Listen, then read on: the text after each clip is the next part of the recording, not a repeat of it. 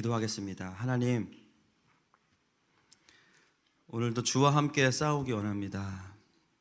우리 가운데 무너진 마음들과 다친 마음들 주님께서 싸매시고 만지셔서 다시 아버지의 형상으로 빚어주시옵소서. 하나님의 나라가 말에 있지 않고 능력에 있습니다. 오늘 이 시간 말을 듣는 시간이 아니라 능력을 경험하는 시간 되게 하여 주십시오. 주님의 임재를 경험하는 시간 되게 하여 주시옵소서. 얼마나 오랫동안 침체가 있었던지 상관없습니다. 주님께서는 우리를 일으키시는 하나님이십니다. 그 부흥을 보게 하시고 주의 영광을 보게 하여 주옵소서. 예수님의 이름으로 기도드렸습니다. 아멘. 누가복음 강의 12번째 시간입니다. 오늘 본문은 여러분들이 그동안 신앙생활 하시면서 교회를 자주 빠지신 분들도 최소한 30번 이상은 들으셨을 거예요. 그래서 아마 본문에 대한 이해가 그 어떤 본문보다 깊은 본문 중에 하나입니다. 성령의 영감을 받은 누가는 누가복음을 기록하면서 제자를 부르시는 에피소드 2가지만 누가복음에 기록을 하고 있는데요. 바로 오늘 5장에 나와 있습니다. 오늘 본문과 그리고 오늘 본문의 5장 27절 이후에 보시면 레위가 예수를 따르다 이렇게 돼 있죠. 세리 마태가 예수님을 따르는 장면 2가지가 누가에 기록되어 있는 제자를 부르시는 장면입니다. 예수님께서 제자들을 부르시는 장면은 너무 감격스러운 것 같아요. 할렐루야. 여러분, 주님 여러분들을 부르실 때 어떠셨어요? 부담스러우셨습니까? 기쁘죠. 주님이 부르실 때는 그냥 부르시지 않아요. 은혜를 주십니다. 너무나 감격스럽고 영광스러운 장면이에요. 오늘 이 말씀을 나누는 가운데 우리 가운데 제자로의 부르심이 새롭게 들려질 수 있기를 축복합니다.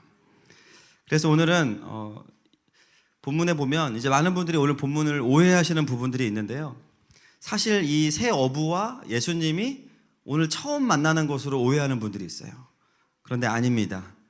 오늘 이 베드로와 또 세베대의 두 아들과 예수님은 구면입니다. 첫 번째로 예수님은 어렸을 때 나사렛에서 자라나셨지만 장성에서는 마태복음 4장 12절과 13절 말씀 같이 한번 보겠습니다. 마태복음 4장 12절 13절 시작.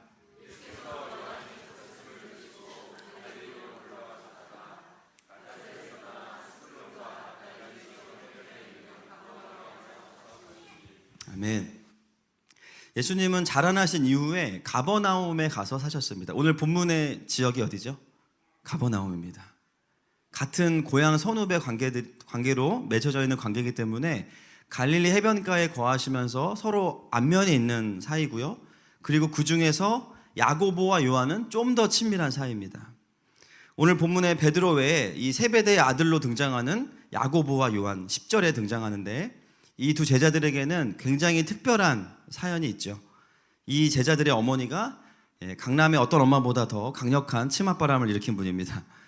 마태복음 20장에 아주 딱 걸렸습니다. 20절부터 24절까지 한번 보겠습니다. 시작.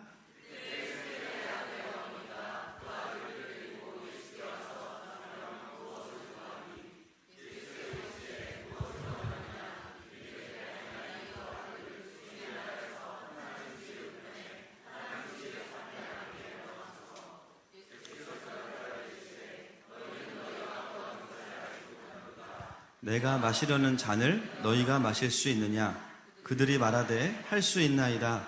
이르시되 너희가 과연 내 잔을 마시려니와 뇌 좌우편에 앉는 것은 내가 주는 것이 아니라 내 아버지께서 누구를 위하여 예비하셨든지. 10 제자가 듣고 두 형제에 대하여 분이 여기거늘.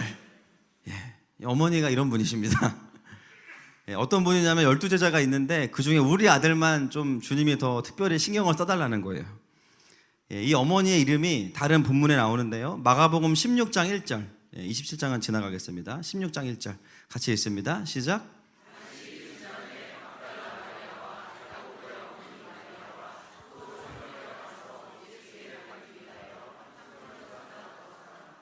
그리고 마가복음 15장 40절에도 나옵니다. 같이 한번 읽겠습니다. 멀리서 바라보는 여자들도 있었는데 그 중에 막달라 마리아와 또 작은 야고보와 요새의 어머니 마리아와 또 살로메가 있었으니, 바로 이 살로메가 야고보와 요한의 어머니입니다. 그 총신신대원에서 성경지리를 가르치시는 이문범 교수님은 이 살로메는 마리아의 언니라고 이렇게 딱 말씀을 하시더라고요. 그러면 예수님과 살로메와의 관계는 어떤 관계가 될까요? 이모죠. 그렇죠? 이모고 야고보와 요한은 누가 됩니까? 예수님의? 그렇죠. 외사촌이 되는 거죠. 마치 세례 요한과 친인척 관계였던 것처럼 이미 오늘 본문에 만나기 전부터 야고보와 요한은 예수님과 잘 아는 사이입니다. 제가 이 살로메의 이 엄마를 보면서 이름도 좀 드세요. 살로메. 약간 느낌이 약 올리는 것 같기도 하고. 그런데 무조건 이분이 미성숙하다고만 볼 수 없는 것은 그렇게 억척스럽게 자기 두 아들을 예수님께 붙어 있게 한 거예요. 결국 어떻게 됐습니까? 야고보와 요한이 예수님의 귀한 제자가 됐죠. 우리 엄마들에게 이 열정이 있기를 축복합니다. 할렐루야. 좋은 학원 찾는 열정보다 자녀들을 예수님께 붙어 있게 하는 열정이 2배가 더 커지기를 축복합니다. 그래서 오늘 예수님은 2개의 배 중에서 야고보와 요한의 배가 아니라 베드로의 배를 선택하신 것은 베드로와 더 만나기 원하셨던 부분이 있습니다. 그래서 베드로에게 집중하시는 거죠. 물론 베드로도 오늘 예수님을 처음 만나는 것은 아닙니다. 오늘 만남 이전에 2번의 예수님과의 접촉이 있었어요. 첫 번째, 요한복음 1장 40절부터 42절까지 말씀, 첫 번째 만남이 있습니다. 읽습니다. 요한의 말을 듣고 예수를 따르는 2 사람 중에 하나는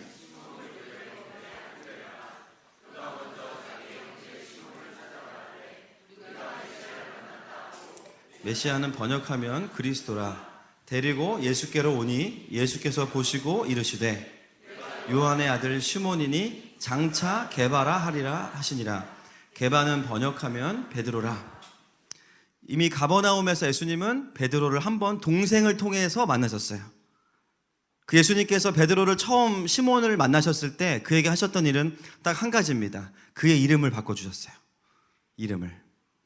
여러분, 구약에서 하나님께서 사람들에게 이름을 붙여주시는 의미가 어떤 의미를 가지고 있습니까? 창세기 17장 5절 말씀 같이 읽겠습니다. 시작. 이제 후로는 내 이름을 아브라함이라 하지 아니하고 이는 내가 너를 여러 민족의 예수님께서 아브라함의 이름을 바꿔주셨죠. 원래 이름은 아브람입니다. 무슨 뜻이냐면 좋은 아버지예요. 좋은 아버지. 아브람. 나쁜 이름 아닙니다. 그런데 주님이 아브라함을 부르셔서 아브라함이라고 이름을 바꾸실 때는 열방의 아버지라는 뜻을 가지고 있습니다. 여러분, 주님께서 우리에게 이름을 바꾸어 주신다는 것은 무엇을 의미합니까? 하나님의 사람으로 만들어 가신다는 거예요. 그것이 그의 인생을 대변하는 이름이 됩니다. 그래서 하나님께서 불러주시는 이름은 그 사람의 인생의 큰 그림이 되는 것이죠. 주님께서 기드온을 뭐라고 부르셨어요? 내가 너를 큰 용사여, 내가 너와 함께 있도다. 포도주 틀에서 자기 혼자 먹으려고 눈치 보면서 밀을 타작하고 있는 기드온에게 하나님 말씀하시는 거예요. 큰 용사여. 굉장히 생뚱맞죠. 그렇죠? 새벽기도 안 가고 누워있는데 너는 큰 목사가 될 거야. 저한테. 자고 있는데 엄청 부담스럽습니다. 근데 성경을 보니까 하나님께서 사람들의 이름을 바꿔주시고 불러주실 때에는 공통점이 뭐냐면요, 그 이름에 걸맞는 상태가 아닐 때 부르신다는 거예요. 엄청 부담스럽습니다. 그런데 놀라운 것은 뭐냐면 그 이후에 하나님께서는 그 사람들을 정말 그 이름에 걸맞는 사람으로 바꾸어 가십니다. 그것을 먼저 선포하고 약속하시는 것이 바로 이름을 지어주시는 거예요. 사랑하는 여러분, 우리의 삶에도 사람들이 불러주는 이름이 있죠. 여러분들의 이름. 그러나 하나님께서 불러주시는 이름이 있습니다. 그 이름은 성취될 것입니다. 오늘 그 이름을 들으시기를 축복합니다. 이 첫 만남에서 예수님은 시몬을 초면에 바로 이름을 딱 바꿔버렸어요. 내가 너를 게바라 하리라. 무슨 뜻이죠? 반석. 내가 너를 반석이 되게 하리라. 그의 이름을 바꾸셨어요. 그리고 그 베드로가 반석이 되어 있는 모습을 우리는 사도행전에서 발견할 수 있습니다. 여러분, 베드로의 성격 아시죠? 굉장히 다혈질이고 기복이 큰 사람이죠. 안정적이지 않습니다. 불같은 성격을 가졌어요. 그런데 요즘에 저희가 이제 새벽 기도 때 사도행전을 보고 있는데 2018년이 되면서 이 새벽 기도에 엄청난 부흥이 일어났어요. 거의 매일 30명씩 나옵니다. 거의. 애들도 한 8, 9명 나와요. 유한이부터 시작해서 막 서열이 아침에 주여 삼창하고 막 새벽부터 거의 금요 집회입니다. 매일 통합 예배가 새벽마다 있어요. 제가 왜 이렇게 피곤한가 했더니 다 이유가 있었어요. 2주째 지금 열심히 나오다 보니까 이 사도행전을 통해서 보게 되는 베드로의 모습은 반석입니다. 시작하자마자 성령 충만해서 안정적으로 끝까지 갑니다. 할렐루야. 이럴 수 있는 사람이 전혀 아니었어요. 그러나 사도행전에서 보게 되는 성령께서 오신 이후의 베드로의 모습은 아주 견고한 반석이죠. 하나님께서 베드로를 그렇게 회복시키시고 만들어 가시는 거예요. 여러분, 오늘 주님께서 우리를 부르실 때 그냥 출석을 부르시는 게 아닙니다.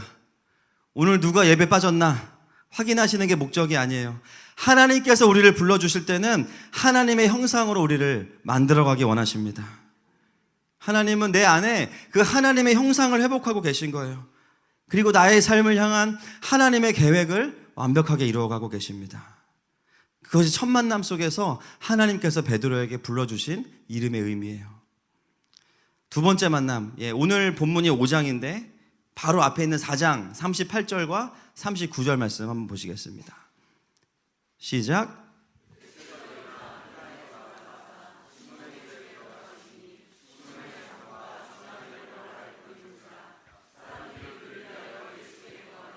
예수께서 가까이 서서 열병을 꾸짖으신데 병이 떠나고 여자가 곧 일어나 그들에게 수종드니라. 아멘. 성령의 영감을 받은 누가가 기록한 누가복음의 첫 번째 나오는 병고침의 특혜를 받은 사람은 누구냐? 바로 시몬의 장모입니다. 굉장히 특이한 표현입니다. 이것은 왜 예수님은 가장 먼저 시몬의 장모를 누가복음 안에서 가장 먼저 고치셨을까? 우리 주님은 정말 치밀한 분이십니다. 다음 날 사위를 제자로 부르실 준비를 하고 계신 거예요.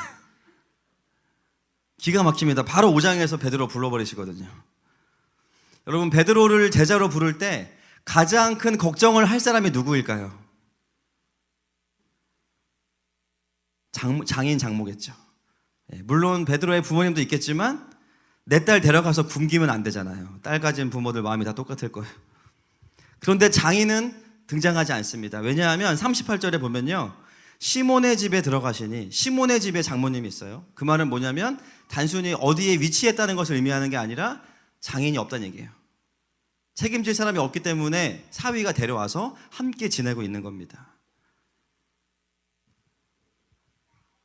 곱게 키운 딸이 어느 날 신랑감을 하나 데려왔어요. 여러분, 그런 대우 받은 분 계실 거예요. 갔더니 뭔가 분위기가 쎄. 마음에 안 든 거예요. 신랑감이.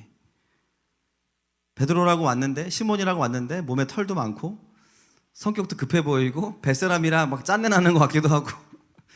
남편 쳐다보지 마세요. 이 타이밍에. 별로 아닙니다, 이거. 그리고 많이 배우지도 못했어요, 보니까. 그래서 반대를 할까 했는데 딱 하나의 마음이 확 열렸어. 뭘까요? 배가 한 척 있대요.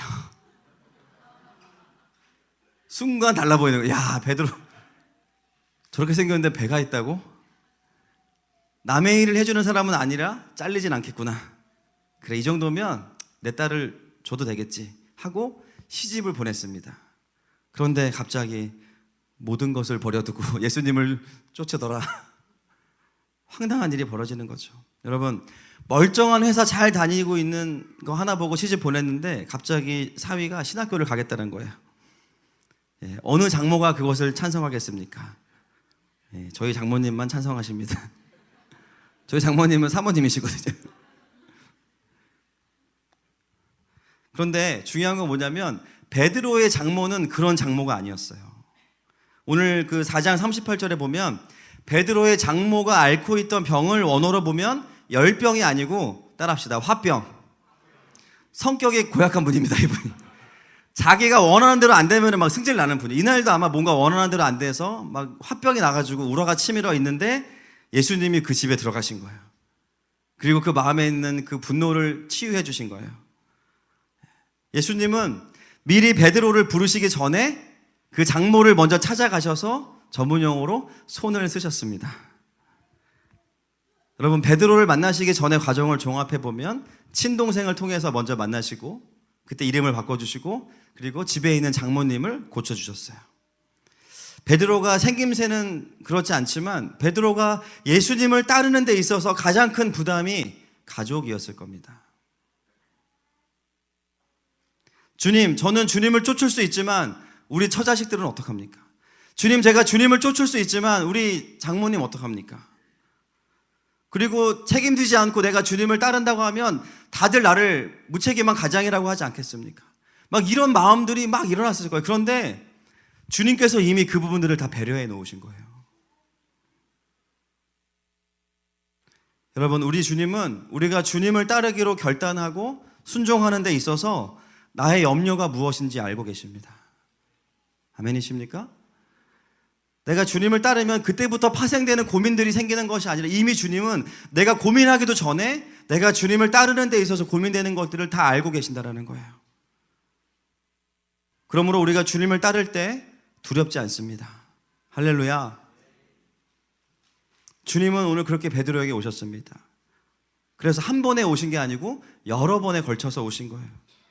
여러분들 중에도 신앙생활하면서 나는 한 번에 딱 믿어졌다, 그냥 나는 완전히 한 번 딱 예배드리고 바로 헌신했다, 이런 분 계십니까? 손 들지 마세요. 자, 손 들어보세요.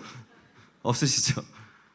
모태신앙인 분들도, 죄송합니다, 모태 출석인 분들도 어렸을 때는 그냥 엄마 따라 놀러 가는 거죠. 팽이 돌리러 가다가 어느 순간 말씀이 들리기 시작하고 자기 하나님을 경험하기 시작해요. 과정이 있습니다. 주님은 그 누구도 한 번에 가서 만나시기보다는 여러 번에 걸쳐서 찾아가세요. 사도 바울도 다메섹에서 바로 만나주신 거 아니에요. 스데반이 순교하는 자리에 사울이 옷 지키고 있었습니다. 거기서 순교하는 스데반 보고 있었어요. 청년이었을 때. 그런 과정들이 있었던 것이죠. 처음에는 그냥 한번 예배드리러 왔다가 그 다음에는 가족들을 통해서 하나님의 일하심을 듣게 되고, 그러다가 어느 순간에 이분이 내 하나님이시구나 라는 것을 깨닫게 되는 경험들을 우리는 나도 하고 주변에서도 하고 있는 것입니다. 여러분, 우리 주님은 강제적으로, 강요적으로 우리를 만나시는 분이 아니라 우리에게 인격적으로 다가오시는 하나님이십니다. 아멘이십니까? 그래서 많은 분들이 이 본문을 보면서 주로 설교자들은 어디에 강조점을 두냐면 모든 것을 버려두고, 왜 헌신 안 하냐, 왜 헌금 안 하냐, 그죠? 이걸로 부담 줘요. 그런데 중요한 건 뭐냐면 모든 것을 버려둘 만한 영광이 그 앞에 있었기 때문이에요. 스스로 그렇게 자원함으로 한 것입니다. 예수님은 베드로 한 사람을 부르시고 얻기 위해서 인격적으로 다가오셨고 충분한 영광을 보여주셨어요. 가족이나 내가 믿을 만한 리더들을 통해서, 그리고 상황들을 통해서 주님은 여러 채널로 우리에게 말씀하시는 분이십니다. 그리고 준비를 시켜주는 분이세요. 이런 배경들이 있었기 때문에 오늘의 사건이 등장을 하게 되는 것이죠. 여러분, 아마 오늘 본문에서 가장 잘 알고 계신 배경 지식은 제자들은 지금 몹시 어떤 상태일까요? 굉장히 지쳐 있습니다. 여기도 그런 분 몇 분 계신 것 같아요. 삶이 곧해서 지쳐 있어요. 왜 지쳤습니까? 밤새 작업을 했는데 한 마리도 고기를 못 잡았어요. 밤새 엑셀 작업해가지고 다 만들어 놨는데 갑자기 컴퓨터가 포맷됐어요. 기도가 나옵니까? 욕이 나옵니까? 하나님한테 욕하시다 큰일 납니다. 밤새 수고했는데 수고한 거는 뭐 그렇다 치는데 결과가 전혀 없어요. 수고를 아무리 해도 결과가 좋고 열매가 있으면 보람이 있지만 열심히 수고했는데 결과가 없으면요 굉장히 허무합니다. 그래서 정말 지친 마음과 허무한 마음으로 겨우겨우 그물을 정비하고 있어요. 이 상황은 우리가 너무나 잘 알고 있는 본문의 상황이죠. 그런데 이 본문에 제자들보다 피곤한 분이 한 분 더 있습니다. 누구일까요? 예수님이십니다. 오늘 5장 바로 앞에 4장 40절 말씀 보시죠. 시작.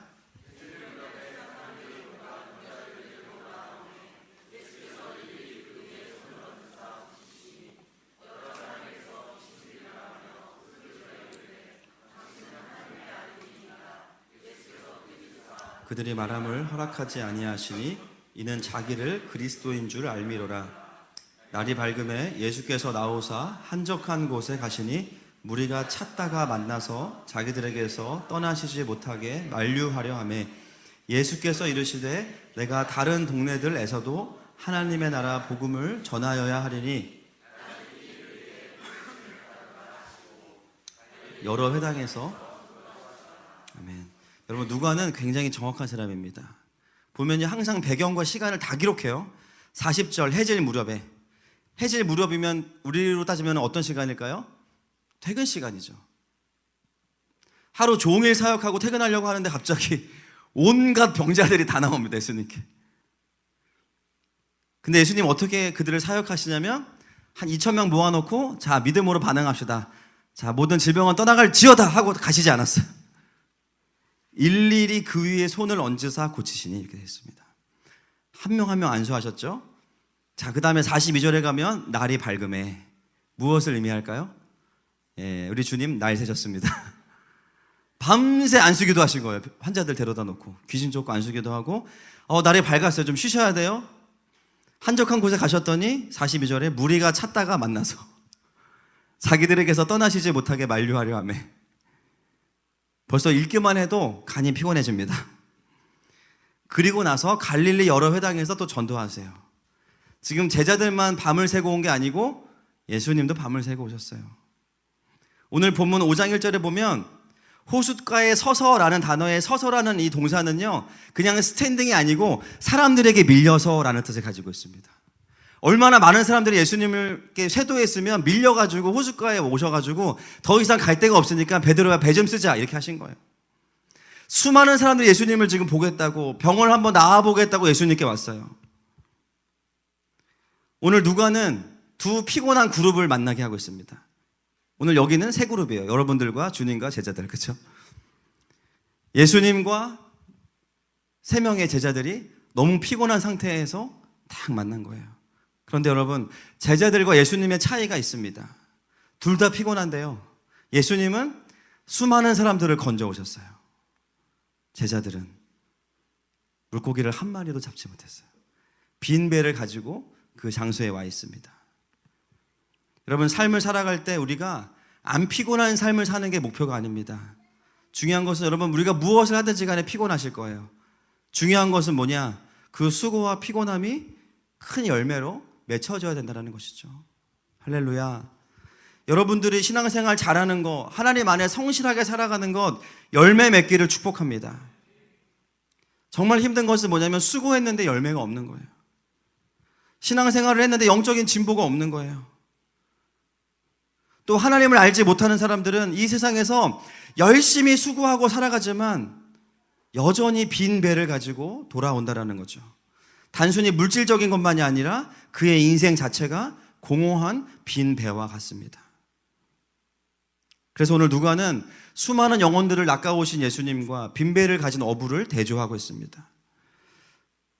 놀라운 것은 뭐냐면 빈 배를 가진 어부들이 예수님을 만날 때 그들의 빈 배가 채워진다는 것이죠. 여러분, 하나님은 우리를 채우시는 분이십니다. 우리를 채워서 기쁨으로 그분을 따르게 하는 분이세요. 그래서 오늘 본문에 예수님은 베드로의 배를 빌려서 육지에서 조금 떨어져서 수많은 무리들에게 설교하십니다.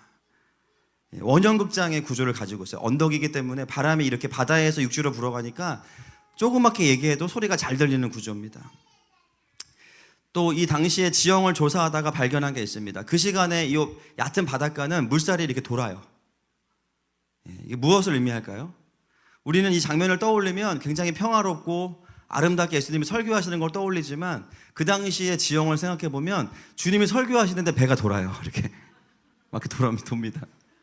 막 이렇게 돌다가 이렇게 돌다가 막. 그럼 예수님께서 안정적으로 설교를 하려면 누군가는 그 배를 노를 저어가면서 물살 반대로 평형을 유지해야 됩니다. 백조가 떠 있는 것처럼. 누가 할까요? 누가 할까요? 이 배의 주인이 누구예요? 베드로죠. 지금 베드로 밤새 피곤해서 막 짜증나 죽겠는데 갑자기 예수님 오셔가지고 배 좀 쓰자고 하시더니 막 돌아. 사람들은 자꾸 내가 배 주인이니까 나만 째려봐. 어쩔 수 없이 또 젓는 거예요. 또 예수님이 설교 짧게 하실까요? 길게 하실까요? 엄청 길게 하십니다. 막 욕하면서 계속 노를 젓고 있는 거예요. 제가 옛날에 신학교에 있을 때 이제 신학교에 보면 학기를 시작할 때 개강 수련회를 합니다. 이제 강사 목사님들이 오시는데요. 지금 은퇴하셨지만 안산동산교회 그 김인주 목사님 오셨는데 이분 설교 특징은 굉장히 돌아다니십니다. 설교를 하면서 온 강단을 다 돌아다니시면서 설교하시는 거예요. 막 이렇게. 근데 이분이 1시간만 설교하고 나서 어떤 열매가 있었냐면 카메라맨이 탈진했어요. 뒤에 카메라맨이 이러고 있는 거예요. 1시간만 설교하던 카메라맨이. 은혜도 받았지만 카메라맨 탈진. 나 못하겠다 도저히. 저분을 따라갈 수가 없다. 멀미가 나가지고 안 된다는 거예요. 그래서 두 번째 집회 때부터는 얼굴을 안 잡고 멀리서 와이드 샷으로 잡아가지고 그리고 딱 쉬고 있더라고요, 카메라맨이. 제가 이 본문을 보면서 베드로의 심정과 카메라맨의 심정이 비슷하겠다 생각이 들었어요. 설교가 안 끝나요. 계속 막 끝날 듯 하는데 세 번째로 또 시작되고 막 그 세 번째가 있고 막 얼마나 힘들겠습니까. 그래서 제가 설교 때는 첫 번째, 두 번째 이런 거 잘 안 합니다. 거의 설교가 끝날 때쯤에는 베드로는 굉장히 극도의 고단한 상태에 있었고 한계에 다다랐고 그의 마음은 최악이었죠. 그런 베드로를 향해서 예수님께서 수고했다고 그러면서 이렇게 봉투를 주시면 얼마나 좋겠어요. 주님 그렇게 안 하십니다. 갑자기 생뚱맞은 얘기를 하시는 거예요. 깊은 곳으로 가서 그물을 내려서 고기를 잡으라고. 여러분 이 본문 잘 아실 겁니다. 깊은 곳에 지금 고기가 있습니까? 없습니까? 예, 없어요. 바다에서 좀만 일해본 사람은 다 압니다. 깊은 곳에 물고기는 밤에 있습니다. 낮에는 없어요. 여러분 회사에서 제일 화날 때가 언제이십니까? 실무를 모르는 임원들이 너무나 막연한 지시를 내릴 때. 이거 내일까지 할 수 없는 건데 내일 아침까지 해놔. 자기는 퇴근해버려. 화가 납니다. 제가 일부 예배 때도 너무 억울해가지고 얘기했는데 또 얘기하려고 합니다. 제가 얼마 전에 한의원에 갔어요. 여기 보면 이제 어혈을 좀 뺀다고 갔는데 제가 언제까지 이런 수모를 당해낼지 모르겠습니다. 하여튼 거기 의사 선생님이 최근에 이제 은혜를 받으신 분이셨어요. 몰랐죠. 몰랐는데 이제 침을 놓으시면서 슬슬 저를 떠보시는 거예요. 교회 다니시냐고. 그래서 교회 다닌다고 했어요. 그래서 이분 또 믿는 분이구나. 그래서 막 또 영적인 대화를 하겠다 싶었는데 갑자기 그 사실 하나만 확인하더니 1시간 동안 자기 얘기를 하시는 거예요.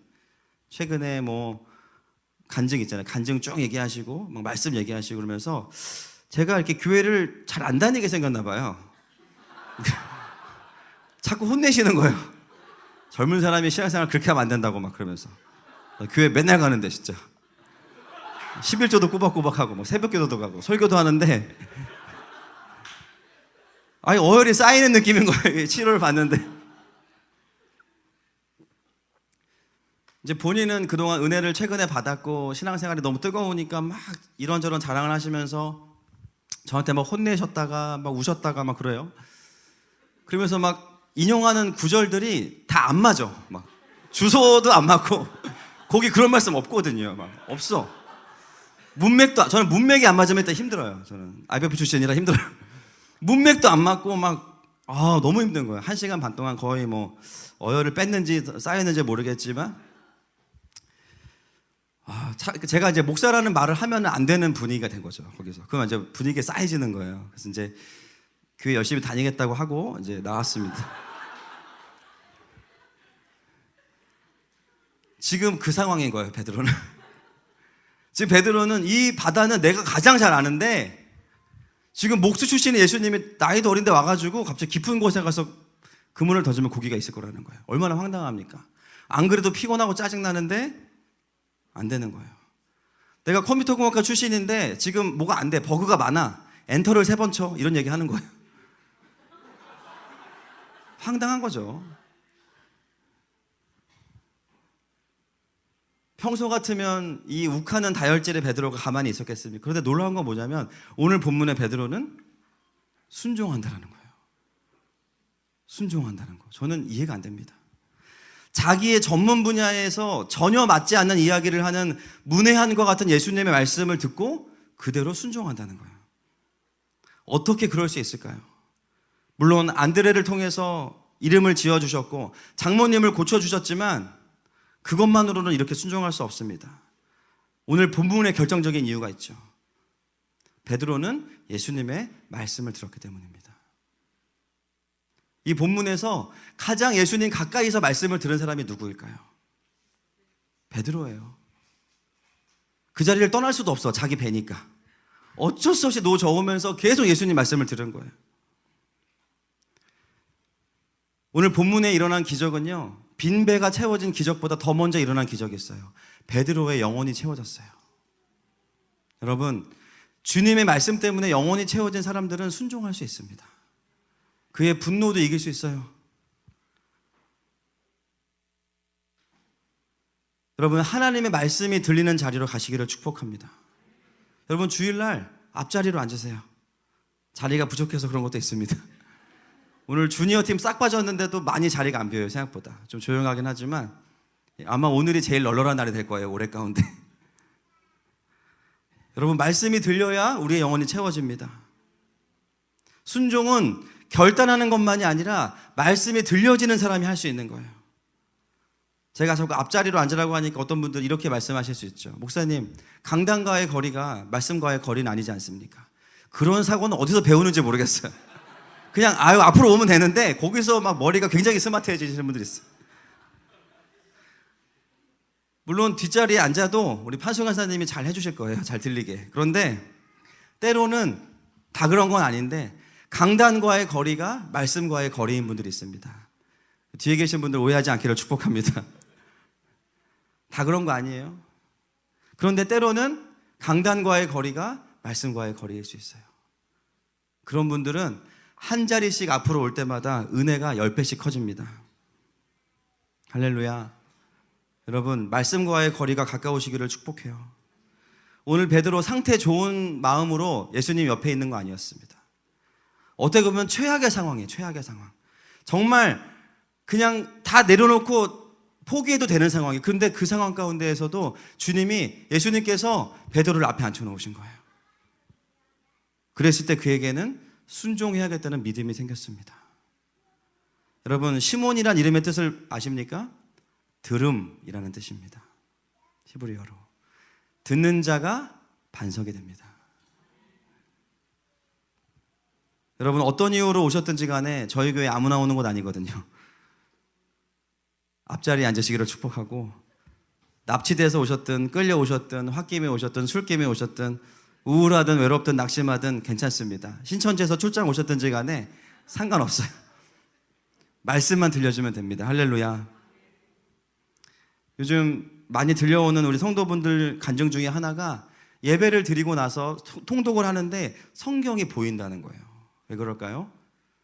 말씀이 들려지는 거예요.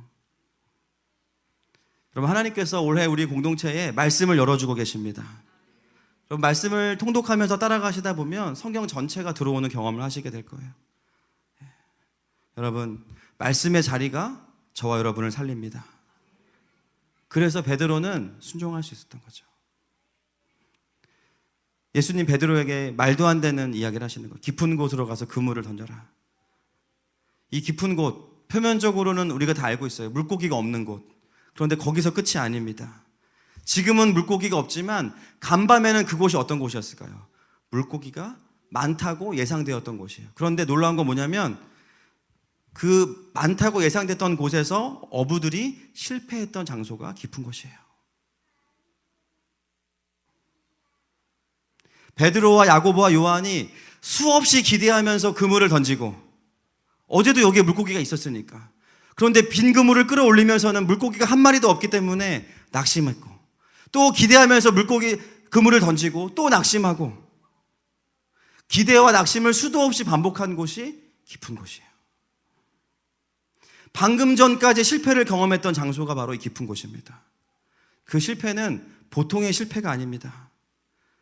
내가 가장 자신 있어 하고 누구보다 잘한다고 생각한 그 일이 좌절되는 것이죠.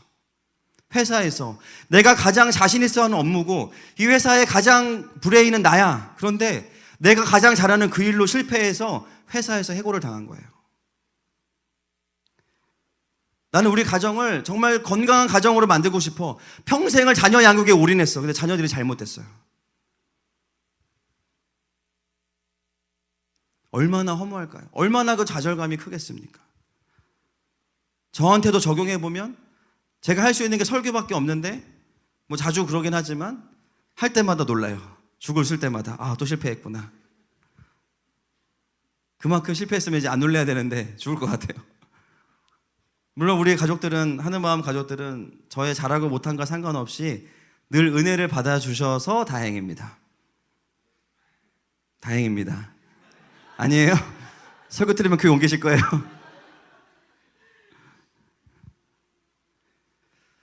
그나마 내가 할 수 있는 게 이건데 이거를 내가 실패할 때에 내 마음 가운데 찾아오는 이 좌절감을 어떻게 우리가 해결할 수 있을까요?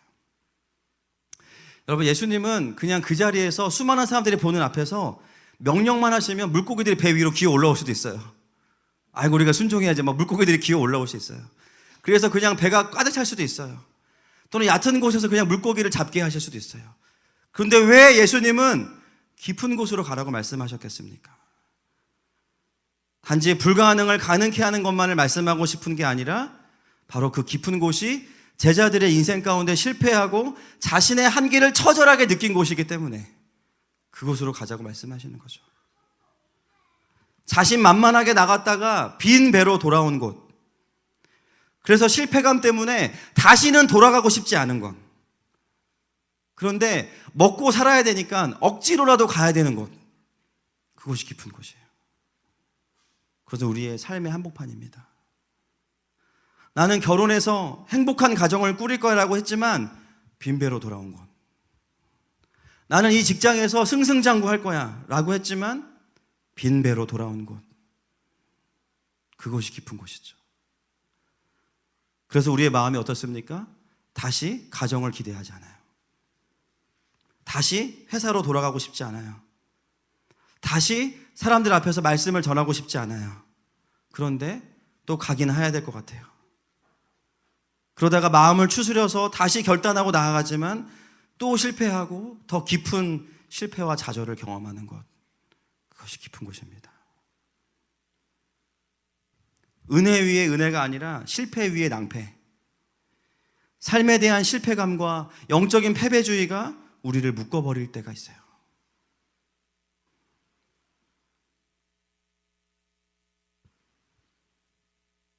그런데 그 상황 속에서 하나님의 말씀이 내 마음과 영혼을 노크하기 시작합니다.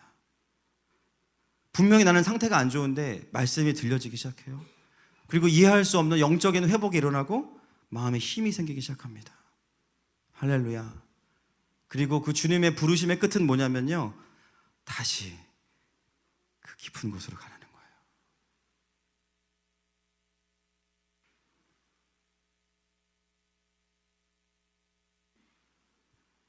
여러분, 우리 하나님 너무 잔인하신가요? 너무 야박하신가요? 아닙니다. 우리는 본문을 깊이 볼 필요가 있어요. 여러분, 지금 예수님은 그렇게 명령하시면서 어디에 계십니까? 어디에 계세요? 배 위에 계시죠. 예수님 명령하고 나는 좀 피곤하니까 쉬고 있을게. 너네 갔다 와. 그렇게 하시지 않았어요. 예수님 그 배를 타고, 그 빈 배를 타고 그 깊은 곳에 제자들과 함께 가십니다. 저는 이 예수님의 명령을 보면서 개인적으로 받은 느낌이 뭐냐면, 저희 아들들이 어디 나가서 맞고 울면서 들어올 때가 있죠. 그러면 제가 아빠로서 뭐라고 이야기할까요? 야, 네가 목사 아들이니까 참아야지. 절대 이렇게 안 합니다, 저는. 기대하지 마세요. 물론 우리 교회 아이들은 다 내 자식이니까 괜찮아. 다른 절은 또 스님들이 얘기가 없죠. 다른 지역의 아이들에게 맞고 왔다. 야, 언놈이냐? 앞장서라, 가자. 오늘 목사 딱지 띄고 내가 한번 오늘 가서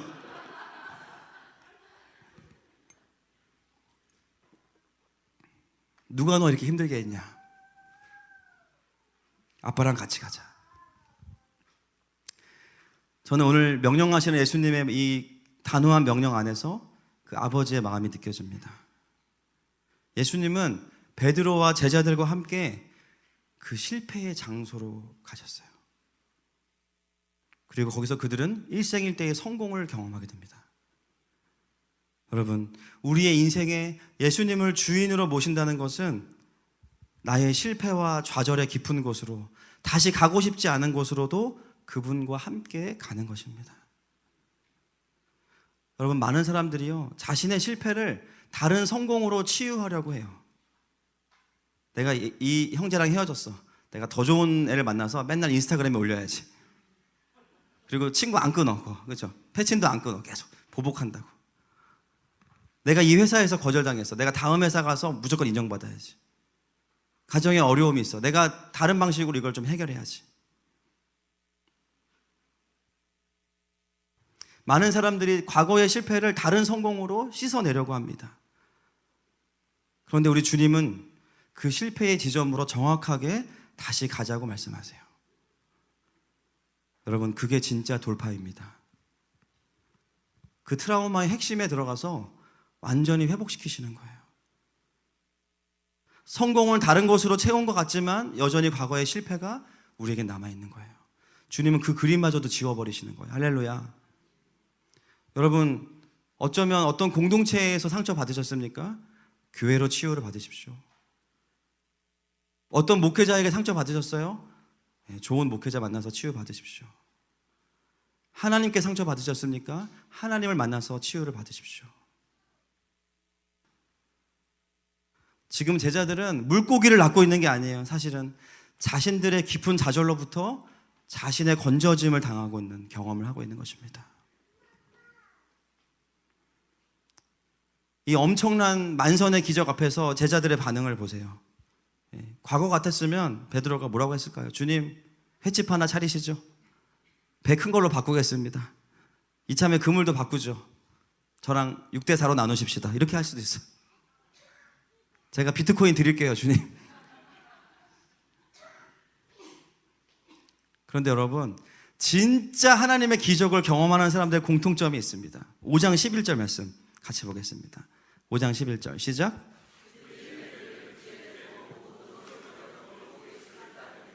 아멘.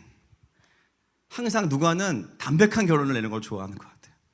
너무 담백해서 우리가 못 읽고 지나가요. 항상 제일 중요한 건데, 성공의 결론은, 주님이 주시는 성공의 결론은 실패에 대한 치유로 끝나지 않습니다. 그것은 과정이고 결론은 뭐냐면 예수님을 따라가게 됩니다. 모든 것을 버려두고, 이 모든 것 안에는 뭐가 포함되어 있냐면요, 방금 잡은 일생일대의 어부 인생에 가장 많은, 어떻게 보면 기도응답일 수 있어요. 내가 어부로서 정말 만선의 기적을 경험해버리라. 얼마나 많이 기도했겠습니까? 그걸 지금 경험했어요. 그런데 그 수많은 물고기를 버려두고 예수님을 따라가요. 내가 평생 원하고 기도하던 나의 기도 제목들, 그런데 정말 하나님께서 그것들을 채워주실 때 건강한 반응은 뭐냐면 우리는 그 응답을 주신 주님을 바라보게 된다는 것입니다. 그 어떤 세상의 응답과 영광보다 더 강력한 그리스도의 영광 앞에서 우리의 자연스러운 반응이 바로 이것입니다. 배를 육지에 대었다는 표현이 오늘 본문에 나오죠. 어부에게는 있을 수 없는 일입니다. 베드로의 회심은 물고기를 많이 잡은 기적 때문이 아니라 자신의 인생의 깊은 곳에서, 그 실패의 깊은 곳에서 함께 오셔서 나와 함께 나의 한계를 돌파해 주신 그 예수님의 하나님 되심을 인격적으로 경험한 거예요. 본능적으로 깨달은 거죠. 아, 이분은 하나님이시구나. 할렐루야. 그래서 호칭이 선생님이라고 했다가 주님으로 바뀌는 겁니다. 이번 주에 그 의사 선생님 찾아갈 거예요. 저는 목사입니다.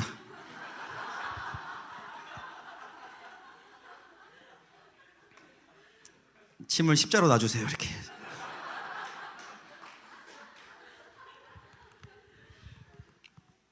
부항을 내려놓고 주님을 따르더라. 베드로에게 완전히 사고의 전환이 일어난 거예요. 주여 나를 떠나소서, 나는 죄인입니다. 이 고백 안에는 이미 어떤 고백이 있냐면 주님은 나의 생명보다 귀하십니다. 내 인생의 어떤 성공보다 주님은 귀하신 분이십니다. 그래서 제가 주님을 쫓아갈 수 있습니다. 여러분, 하나님이 주시는 축복은 우리를 교만하게 만들거나 더 큰 욕심에 사로잡히게 하지 않습니다. 주님이 주시는 축복은 예수님을 더 사랑하게 만들어요. 할렐루야. 정말 성령 충만한 목사님들, 교회가 3,000명, 4,000명, 5,000명, 거기에 별로 관심 없어요. 어떻게 하면 주님 따라갈까? 할렐루야. 성령 충만한 기업가들, 자산이 수백억인데요, 돈에 관심 없어요. 어떻게 하면 주님의 사명을 이루어 드릴까? 할렐루야. 어떻게 하면 우리 직원들 먹여 살릴 수 있을까? 주님 도와주십시오. 다릅니다. 달라요. 여러분, 하늘마음교회는 부흥하고 성장할수록 더 주님을 따라갈 것입니다. 더 많은 영혼들을 섬길 것입니다. 하나님께서 우리 각자에게 주시는 축복들은 우리를 더 예수님을 따라가게 만들 것입니다. 아멘이십니까? 오늘 이 본문이 우리에게 주는 도전은 바로 이것입니다. 이 시간에 말씀을 정리합니다. 예수님은 섬세하게 인격적으로 제자들을 찾아오셨고요. 오늘도 여러분은 그렇게 찾아가고 계세요. 그리고 내가 실패했다고 느꼈던 그 삶의 깊은 곳에서 우리를 건져내십니다. 뿐만 아니라 동일하게 나와 같은 처지에 있는 자들을 건져내는 삶을 살도록 우리를 부르시고 계십니다. 우리는 그 삶이 너무 좋아서 쫓아가게 될 수밖에 없어요. 오늘 또 저희 교회 오신 새 가족들, 또 오랜만에 오신 분들, 주님이 여러분들을 다시 부르고 계십니다. 혹시 빈 배를 가지고 오셨습니까? 채워서 돌아갑시다. 시간에 함께 찬양하십시다.